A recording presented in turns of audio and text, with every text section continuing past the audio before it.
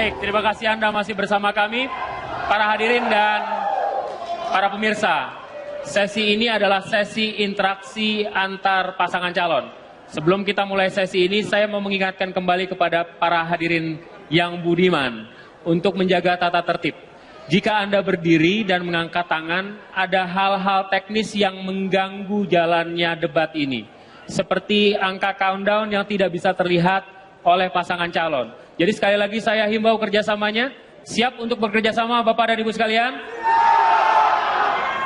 Mudah-mudahan jangan janji palsu ya.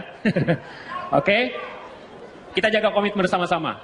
Suasananya sudah hangat, jadi kita cooling down lah sedikit dari para pendukung. Bapak dan Ibu pasangan calon sekalian, ini adalah sesi interaksi, di mana pasangan calon bisa bertanya kepada pasangan calon lain dan kemudian saling menanggapi. Rule of the game-nya seperti ini. Pasangan A bertanya kepada pasangan B dalam kurun waktu 1 menit. Kemudian pasangan B memberikan jawaban dalam kurun waktu 2 menit. Kemudian pasangan A bisa kembali menanggapi pasangan B dalam kurun waktu 1,5 menit dan kembali lagi ke pasangan B 1,5 menit. Kurang lebih seperti itu rule of the game-nya. Kita mulai dari paslon nomor 1 untuk bertanya ke pasangan nomor 2. Waktu Anda, Bapak atau Ibu, 1 menit dimulai dari Anda menyampaikan pertanyaan. Pak Basuki, Komnas Perempuan menyatakan dari tahun 2015 ke 2016 terjadi peningkatan kekerasan pada perempuan di Jakarta.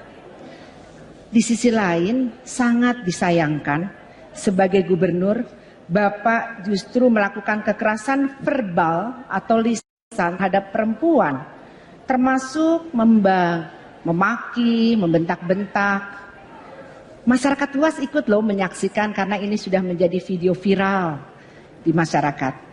Pertanyaannya, bagaimana bisa seorang gubernur menurunkan tingkat kekerasan perempuan, padahal gubernur itu sendiri adalah pelaku kekerasan verbal. Terima kasih. Baik, bisa ditanggapi paslon 2. Waktu Anda untuk menanggapi Pak 2 menit dari mulai Anda memberikan jawaban. Makanya saya katakan ini terus memfitnah kalau nggak ada program, yang baik. Ya lebih elegan sedikit. Saya menyadari, tadi pasangan 3 juga katakan, LSM di Jakarta begitu banyak. Kenapa? Karena itulah orang Jakarta lebih terdidik. Makanya tingkat kekerasan pada perempuan di Jakarta, terutama terjadi dalam KDRT rumah tangga, itu begitu tinggi karena mereka berani melapor. Makanya kami, dulu saya dikritik, kenapa mau membangun apartemen di tanah-tanah polisi dan TNI. Sebetulnya kami mau numpang, itu adalah rumah-rumah aman untuk perempuan yang mengalami kekerasan dalam rumah tangga. Jadi dititipkan di dalam mesnya polisi sebetulnya. Itu idenya seperti itu. Lalu katanya saya ada kekerasan pada verbal. Itu satu kasus terus dibesar-besarkan. Itu adalah orang yang jelas mengambil KJP kontan. Tapi coba lihat, buktinya ibu-ibu demen tuh foto sama Ahok sampai ngantri, sampai bayar. Jadi bagaimana bisa orang yang melakukan kekerasan kepada perempuan didatangin? Istri saya udah kabur duluan kali kalau saya keras kepada istri saya. Nah ini tentu saya ingin sekali ya di dalam pilkada ini, janganlah gunakan fitnah-fitnah, contoh-contoh yang membangun opini yang jelek. Mari kita berlomba program demi program. Sangat disayangkan pasangan calon 1 ini programnya ngambang kayak CCTV. CCTV kita sudah punya banyak. Bahkan Ibu Sirvi, mohon maaf nih, ini contoh pejabat yang tidak mau kenal PNS yang golongannya rendah. Makanya kagak kenal ya, ada yang disabilitas. Terima kasih. Baik, baik. Kembali ke pasangan, mohon tenang. Mohon tenang. Bapak dan Ibu sekalian, kita sudah sepakat tidak ada yel-yel dalam debat ini. Tidak ada yel-yel. Jadi saya mohon dengan sangat, jangan ada yel-yel, ya, supaya kondisinya kondusif. Waktu Anda, Pak, untuk menanggapi 1,5 menit, dimulai dari jawaban Anda. Pak Basuki berbicara kita fitnah. Yang jelas itu semua sudah diketahui publik. Viral di mana-mana. Dan itu bukan hoaks.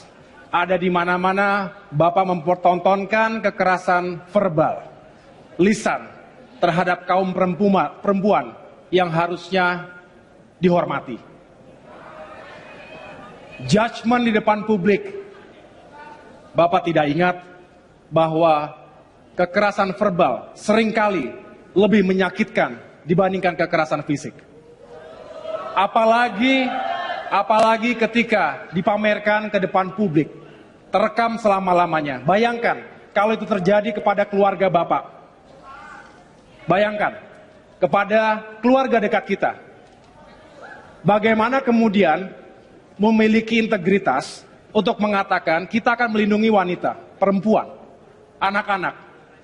Sulit untuk mempercayai ketika itu yang dipertontonkan kepada publik. Itulah sebetulnya Bapak mengatakan ada banyak program bagus-bagus. Sebetulnya dari program Bapak pun tidak ada yang baru. Saya mengatakan juga CCTV adalah tambahan-tambahan yang baru yang belum semuanya terpasang. Kita tahu tidak ada program satupun yang baru sama sekali. Tetapi kita bertanya di mana goodwill, komitmen, mengatakan ingin meninggikan perempuan ketika Bapak sendiri memaki-maki wanita di depan publik. Baik. Silakan kembali. Saya berikan kesempatan kembali untuk menanggapi pasangan nomor urut 2. Mohon tenang. Dengan segala hormat, saya minta untuk tenang. Debat boleh panas, kepala dan hati dingin-dingin saja, oke? Silakan Pak, waktu Anda 1,5 menit dimulai dari Anda menyampaikan jawaban. Begini ya, tadi disampaikan dengan sangat kacau antara satu perempuan, dua perempuan dengan kaum perempuan berbeda. Ketika ada ketidakjujuran untuk mendidik, perlu sekali waktu kata-kata yang tegas dan jelas. Sehingga benar-benar kita akan dididik mempunyai moral yang jujur, moral yang bertanggung jawab. Tetapi yang perlu saya sampaikan di sini adalah, bukankah sekarang Pak Ahok sudah menjadi Basuki? Sehingga proses belajar ini menjadi bagian terpenting bagi kita ya untuk benar-benar melakukan tindakan korektif. Kami betul-betul sangat anti kepada korupsi.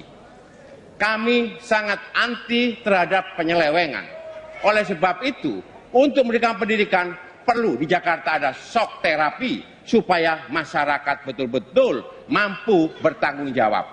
Sekarang data menunjukkan sudah hampir tidak ada lagi penyalahgunaan untuk menggunakan KJP. Tidak ada yang kontan lagi. Artinya apa? KJP betul-betul ditujukan untuk kepentingan anaknya, bukan kepentingan ibunya. Terima kasih. Baik. Kita berikan aplaus kepada pasangan nomor urut 1 dan pasangan nomor urut 2 yang sudah berinteraksi. Terima kasih atas kerjasamanya. Saya berikan kesempatan sekarang pasangan nomor urut 1 untuk bertanya ke pasangan nomor 3. Waktu bertanya 1 menit. Terima kasih Pak Anies. Kalau kita bicara masalah penanganan kependudukan dan peningkatan kualitas hidup masyarakat Jakarta, rasanya kita perlu konsisten dalam sikap, tindakan, dan hal-hal lainnya agar ini berjalan dan tidak membuat masalah baru.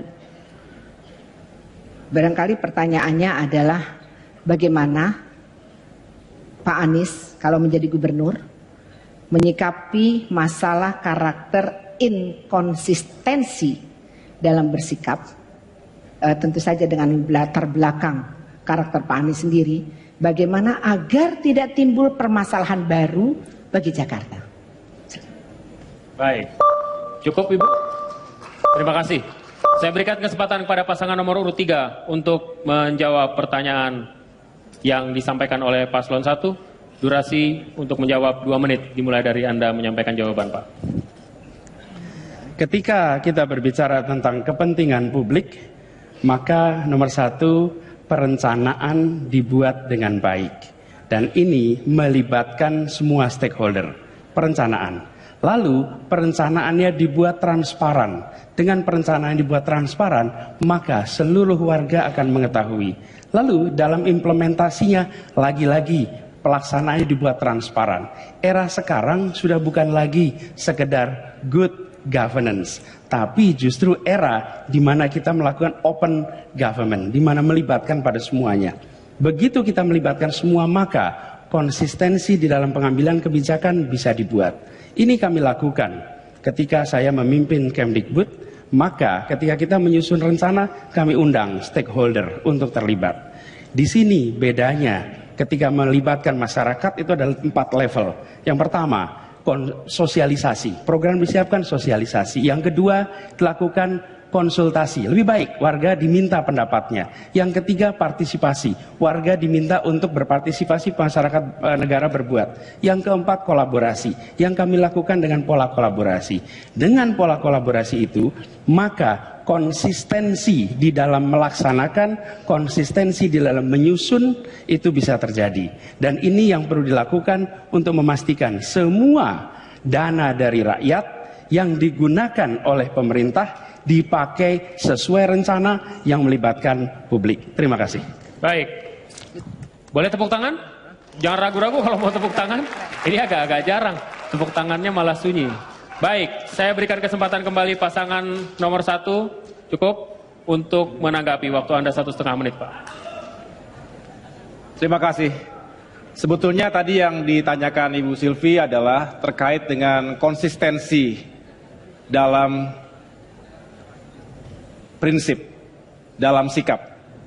Ya, kita menyoroti bahwa ya sama-sama kita tahu apa yang telah dilewati oleh Pak Anies selama ini, dan kita semua tentu ingin meyakinkan di mana konsistensi dalam kepemimpinan jika memang harus memimpin Jakarta.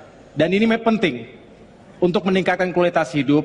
Tentu tidak dibutuhkan hanya inisiatif, terobosan-terobosan yang baru atau meningkatkan apa yang sudah ada, tetapi juga kepemimpinan membutuhkan sebuah sikap dan integritas yang juga meyakinkan bahwa konsistensi itu menjadi pilar dalam meyakinkan bahwa keputusan dan kebijakan benar-benar dapat dilakukan dengan baik. Untuk itu sekali lagi mohon dijelaskan kepada kita semua seberapa Pak Anies bisa meyakinkan kepada kita bahwa itu bisa dilakukan untuk Jakarta. Terima kasih. Baik. Kembali ke pasangan nomor 3 untuk menanggapi. Oke, saya mencoba menjawab Bu Silvi dan Mas Agus. Saya yang paling bertanggung jawab mengenai masalah konsistensi ini. Yang dulu calon gubernur itu saya. Saya yang berjalan selama 1 tahun secara konsisten menyapa warga Jakarta. Dan warga Jakarta menyampaikan secara gamblang bahwa 2 hal yang mereka inginkan. 1 adalah masalah akses pendidikan yang berkualitas tuntas dan juga terjangkau harganya, dan 2 mengenai lapangan kerja. Setelah proses, saya tahu masalahnya adalah masalah Mas Anies bergabung dengan kami, Pak Prabowo. Saya datang, saya bilang, Mas Anies, ini masalahnya pendidikan. Malam-malam sekali waktu itu, di ujung pendaftaran. Saya bilang, Mas Anies, ini panggilan untuk negara. Bagaimana Pak Prabowo? Saya yang tanggung jawab. Saya akan bicara sama Pak Prabowo. Saya bicara sama Pak Prabowo, akhirnya kita berdamai dengan masa lalu, kita menatap masa depan. Kita ingin sebuah politik yang memiliki inovasi untuk warga Jakarta. Saya meyakinkan teman-teman Gerindra, teman-teman PKS yang ada di sini, mereka legowo. Mereka melihat bahwa masa depan Jakarta itu adalah harapan warga Jakarta, bukan beban politik masa lalu. Saya yakin Mas Anies dan Sandi siap memimpin Jakarta 5 tahun ke depan tanpa beban politik. Baik, terima kasih. Oke. Sesi interaksi berakhir sudah.